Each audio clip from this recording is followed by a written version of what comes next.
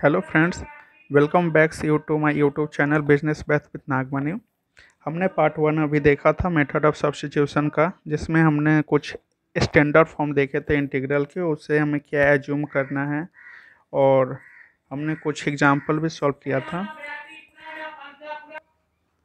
अब हम देखते हैं नेक्स्ट एग्जांपल। अगर हमारा इस तरह का फंक्शन दिया है, यानी कि 1/x² into e to power 1/x dx। तो इसमें हमारा जो ओरिजिनल फंक्शन है ये 1/x, हम इसे एज्यूम करेंगे। Let 1/x equals to z. इसे डिफ्रेंशिएट करेंगे तो 1/x का डिफ्रेंशिएशन होता है -1/x² into d x equals to d z. मैंने डिफ्रेंशिएशन का वीडियो ऑलरेडी अपलोड कर दिया है। आप अगर उस डिफ्रेंशिएशन निकालना नहीं जानते तो पहले उस वीडियो को देखें, उसके बाद आप इसे देख सकते हैं, ताकि आपको बहुत ही सिंपली ये समझ में आ सके।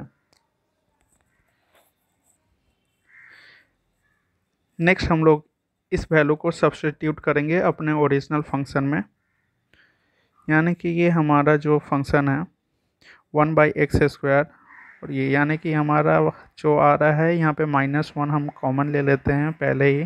तो ये हमारा जो फ्रैक्शन है आ जाएगा e टू पावर 1/x को हम लोग EZ लिख सकते हैं, और ये टोटल 1/x² और dx के जगह पे हम लोग लिख सकते हैं dz। यानी कि जो हमारा वैल्यू आएगा वो -1 into e to power z plus C. और हमने क्या माना है, z को e to power 1/x plus C. तो ये हमारा ओरिजिनल वैल्यू का, यानी कि ये हमारा फाइनल आंसर हो जाएगा इस क्वेश्चन का। और इसे हम लिख सकते हैं -e to power 1/x plus c. Next question की तरफ बढ़ते हैं। इसमें भी हमें आइडेंटिफाई करना है ये कौन सा ओरिजिनल फंक्शन है और कौन उसका डेरिवेटिव है। हम देखने से हम लोग इसे जैसे हमें एज्यूम करना है ओरिजिनल फंक्शन को, तो ओरिजिनल फंक्शन हमारा ये x 1/+1/x है। यानी कि इसका अगर हम लोग डिफ्रेंशिएट करेंगे तो x का 1 और 1/x का -1/x² आएगा। तो let x plus 1/x equals to Z.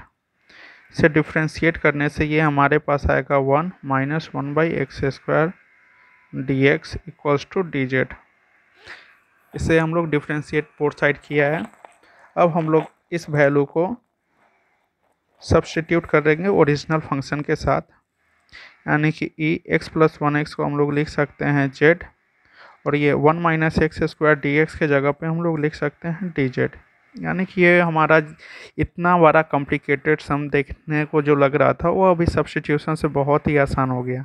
यानी कि इसका जो हमारा इंटीग्रेशन होता है, integration of e to power x, ये हमारा सेम होगा प्लस सी हमारा कांस्टेंट ऑफ इंटीग्रेशन कहलाता है। और z का वैल्यू हमने क्या माना था, x प्लस 1/x। यानी कि बहुत ही सिंपल वे में हमने सॉल्व कर लिया इसे। ये हमारा फाइनल आंसर।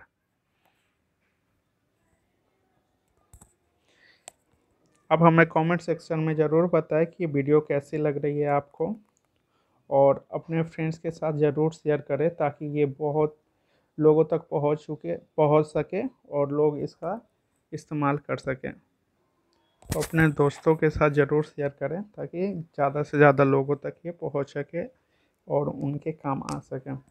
नेक्स्ट क्वेश्चन हमारा है, यानी कि हमने जो स्टैंडर्ड फॉर्म देखा था फंक्शन, अगर हमारा e ऑफ x अगर हमारा दिया रहता है f of x plus f'(x), इसमें हमने माना था कि हमें जो एज्यूम करना है e ऑफ x, और ओरिजिनल फंक्शन को एज्यूम करना है हमको z। तो यहाँ पे इस तरह के फंक्शंस को देखकर हमें पता चलता है, यानी कि इसमें हम लोग को एज्यूम करना है let ex into 1/x equals to z. Both side differentiate करेंगे हम लोग d d x of ex into 1/x equals to d d x of z. Sorry, यहाँ पे हमें यूवी फार्मूला लगाना होगा।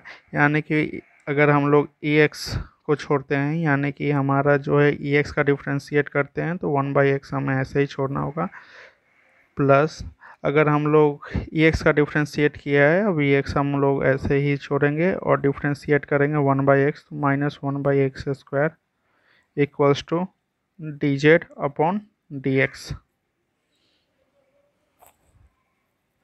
और हम लिख सकते हैं इसे ई एक्स इंटू 1/x, ये माइनस इधर आ जाएगा, तो e x to 1/x² equals to dz upon dx।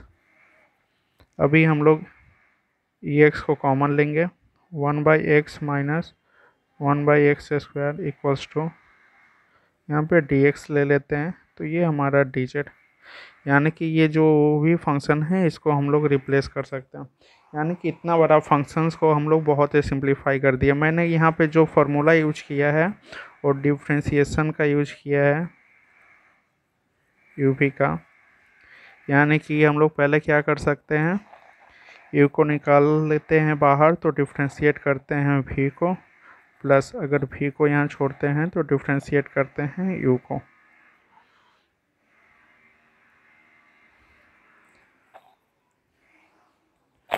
ये टोटल जो फंक्शन है इसको हम लोग रिप्लेस कर सकते हैं dz के कारण से, क्योंकि ये सारा वैल्यू हमारा क्या है, यहाँ डिफ्रेंशिएशन dz के बराबर है। यानी कि जो अब हमारा जो वैल्यू आएगा, ये इसका वैल्यू क्या आएगा, z प्लस सी। और z को हमने क्या माना था, z को हमने माना है एक्स 1 प्लस सी। ये हमारा ओरिजिनल फंक्शन का आंसर हो जाएगा। तो इतना बड़ा कॉम्प्लिकेटेड, समझो हमें देखने में इतना हार्ड लग रहा था, वो बहुत ही स्टेप से, मतलब सिंपली हम लोग इसको हमने सॉल्व कर लिया। सिर्फ हमने क्या किया, जो भी ओरिजिनल फंक्शन था उसको हमने एज्यूम किया z, उसको हमने सॉल्व किया, डिफ्रेंशिएट किया यूवी मेथड के थ्रू, और उसके बाद हमने उसको रिप्लेस कर दिया, यानी कि यहाँ पे सब्स्टिट्यूट किया वैल्यू को। सब्स्टिट्यूट करने के बाद dz का इंटीग्रल हमें पता है, dz का हम लोग पहले ही सॉल्व कर चुके हैं, यानी कि z प्लस सी आ गया, और ये हमारा फाइनल आंसर।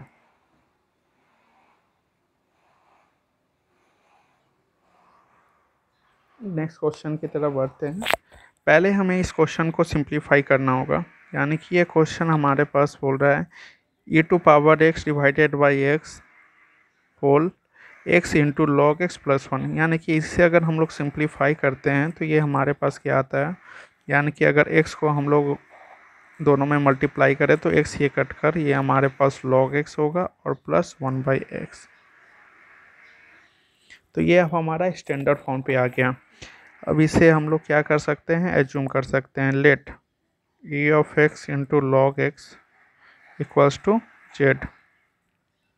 उसके बाद डिफ्रेंशिएट करेंगे हम इसे, e of x into log x equals to ddx of z।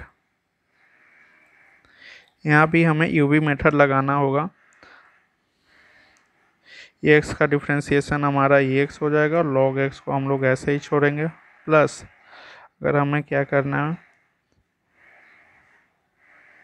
log x को हमें अब डिफ्रेंशिएट करना होगा, तो log x का डिफ्रेंशिएशन 1/x, और ये x को हम लोग x ही रहने देंगे, plus equals to dz upon dx।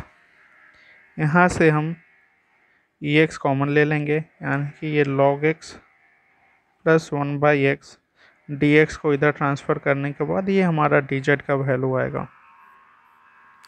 अब इस dz का वैल्यू को हम लोग रिप्लेस कर देंगे अपने ओरिजिनल फंक्शन के साथ, यानी कि जो ओरिजिनल फंक्शन हमारा था ex log x plus 1/x dx, इस सभी के जगह पे हम लोग लिख सकते हैं यहाँ पे dz, और इसका इंटीग्रेशन होता है हमारा z प्लस सी।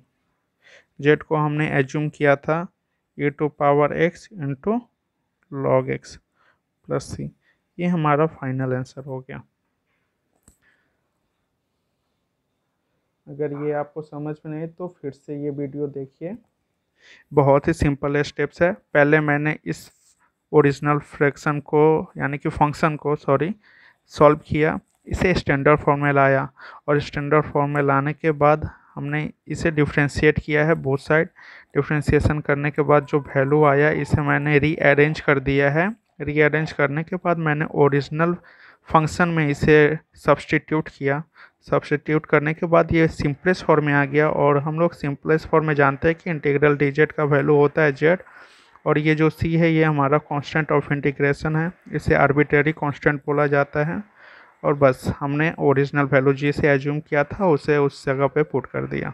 तो ये हमारा फाइनल आंसर है। ऐसे ही वीडियोस को और देखने के लिए बने रहिए हमारे YouTube channel business math with Nagmani. और अगर आप हमारे चैनल पे नए हैं तो चैनल को सब्सक्राइब करें, अपने दोस्तों के साथ शेयर करें और बेल आइकन को प्रेस कर दें ताकि लेटेस्ट नोटिफिकेशन आपको मिल सके। Thank you for watching. Stay connected to this channel.